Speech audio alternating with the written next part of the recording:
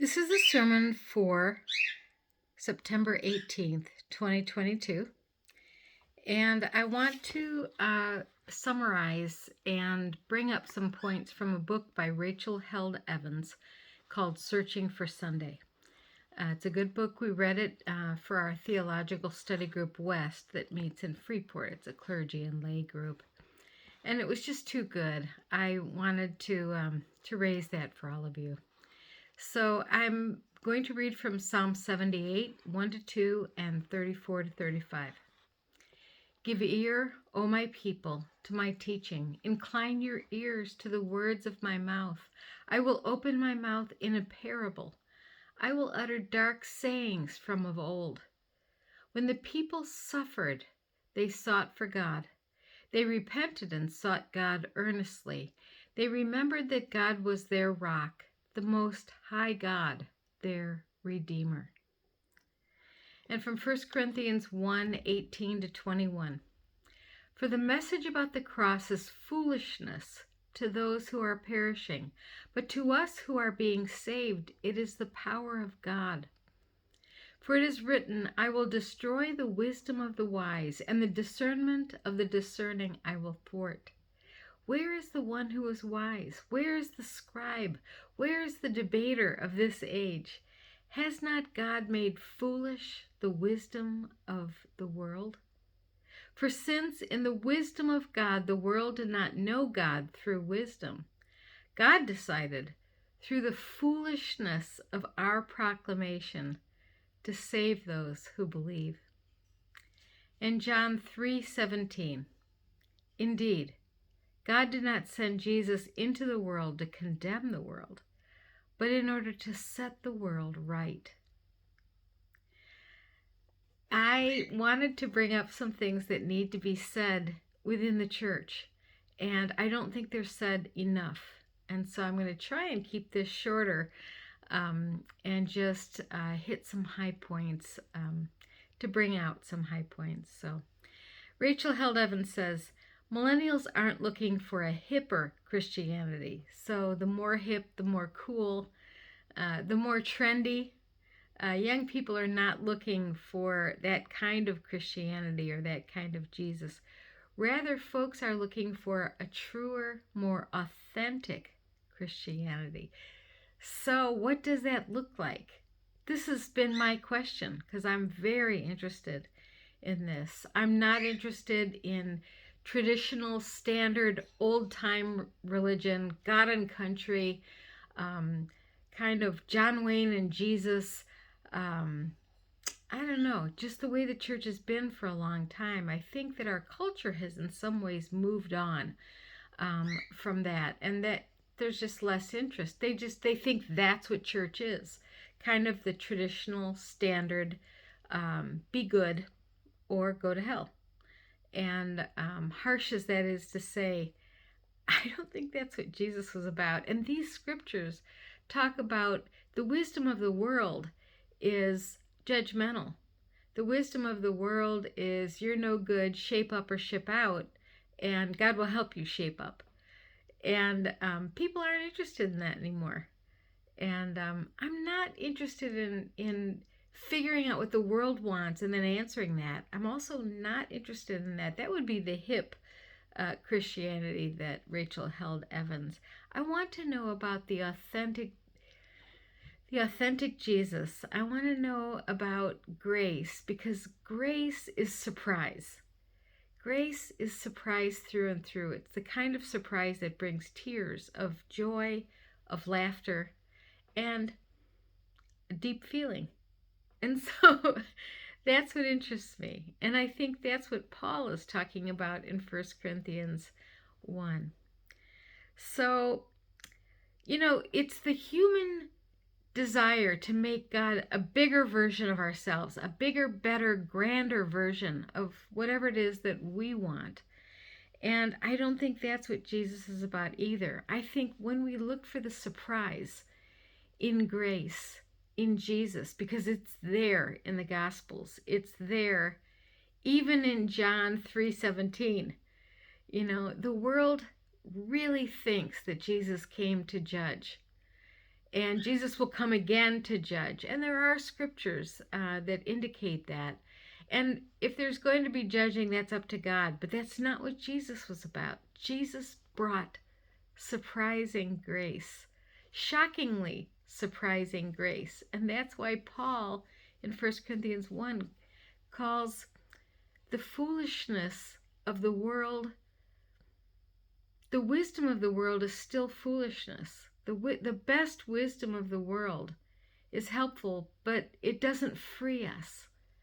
I want to understand the kind of grace and who Jesus is that sets us free.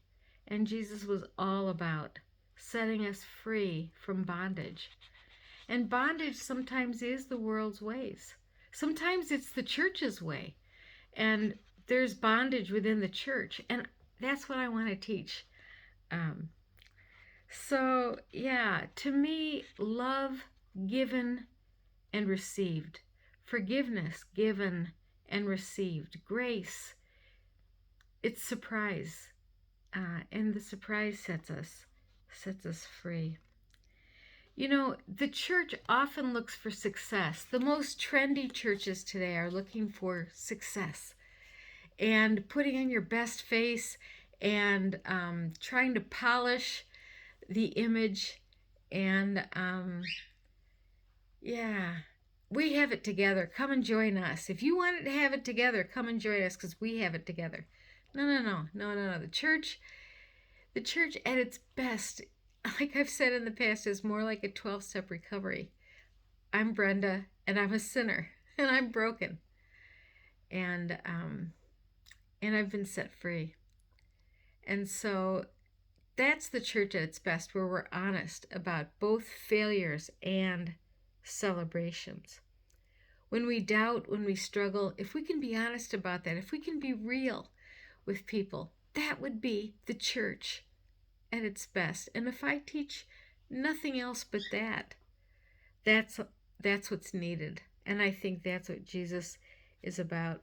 For instance, baptism is open to absolutely everybody in any situation, anywhere. At our annual conference that we had in June, they talked about the baptism of the Ethiopian eunuch and how surprising that story is in every possible way. And we went deeply into it with the pastor that's at Christ Church in Rockford.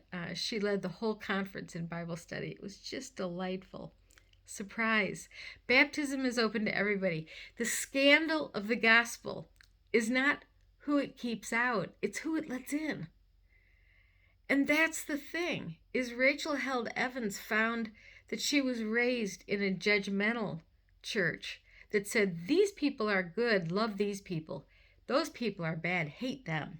Join us in hating them. We all agree on who we hate. And she didn't want to be a part of a church like that. And so she set about looking for a church, churches that were more open to the surprise of the offense of the gospel. You know, the church thinks we've got to have standards. We have to know who's in and who's out. Every creed, pretty much. Certainly the creeds of church history are about, this is us, this is how we define us. Those people are outside of our definition of what a Christian is. And that's not what Jesus is about. When you look at these scriptures today, what you see is that the scandal is that everyone is included. No matter what, everyone is included. Grace includes all, the authoritarians and the prostitutes, or whoever it is that the world despises. Sinners, we're all included, full of grace. We are beloved children of God. If we understand that and nothing else, we don't have to do anything to get ourselves cleaned up or ready for church. John 3:17, God did not send Jesus into the world to condemn the world, but in order to set the world right. Who's keeping score? Who's keeping account? That's how the church tends to see things. And yeah, when the world wants to see things as who's keeping account, grace doesn't keep account. Grace just opens its arms and welcomes everyone in. And we're transformed in the process of being loved and accepted. The other thing that's surprising is everybody has a ministry. Every single believer, every single person who is loving, every single person in the community, everyone has a ministry of reaching out. Everyone has a ministry of caring about others in the community, and it is certainly true in the church. It isn't just ministers. It isn't just clergy. It isn't even just lay clergy. No, every Christian has a ministry of reaching out and being loving. That's part of why the church is more like a 12-step recovery group. If we're honest, if we talk about our failures, we talk about our struggles, we talk about our grief. We celebrate life. It's like at a funeral, and in our grief following a funeral, we're aware of how precious life is. We're aware of how precious love is. And we reach out to one another. We listen with one another. That's what the church is about. It isn't about keeping score. It isn't about being good. It isn't about polishing the image. It's not success driven. It is grace. All the way through, all the way down, it is grace, grace, grace. Failure is a good thing because we grow. That's how we learn. That's how we realize we're connected. That's the other thing, is churches where people put on a mask of, I've got it together. I'm successful. If you want to be successful, come and join. Those people are really alone because they aren't sharing. They aren't sharing the places where they're broken. And those are the places where we realize we're connected. We are no longer alone. And that's also important to the gospel. Failure is a good thing because we can learn and grow. We can risk and fail. Life, like Helen Keller said, is a daring adventure or it's nothing at all. And if clergy could model what it is to be human, not successful, but human. And part of the important part of the church, the most important part of the church and Jesus, this is it, is that Jesus moved into death. As horrible as that is, Jesus moved into death. His body was taken down from the cross, and he was buried in a tomb. Death is ugly. And then God brought about resurrection. It wasn't that the people oomphed up success. Do you see how different moving into death is? The church needs to be about moving into death.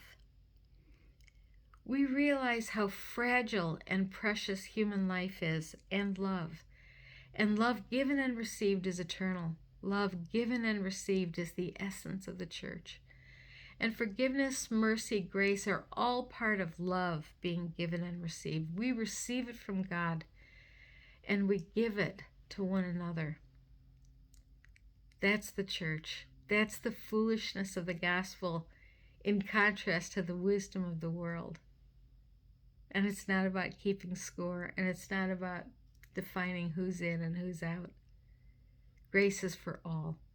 Amen.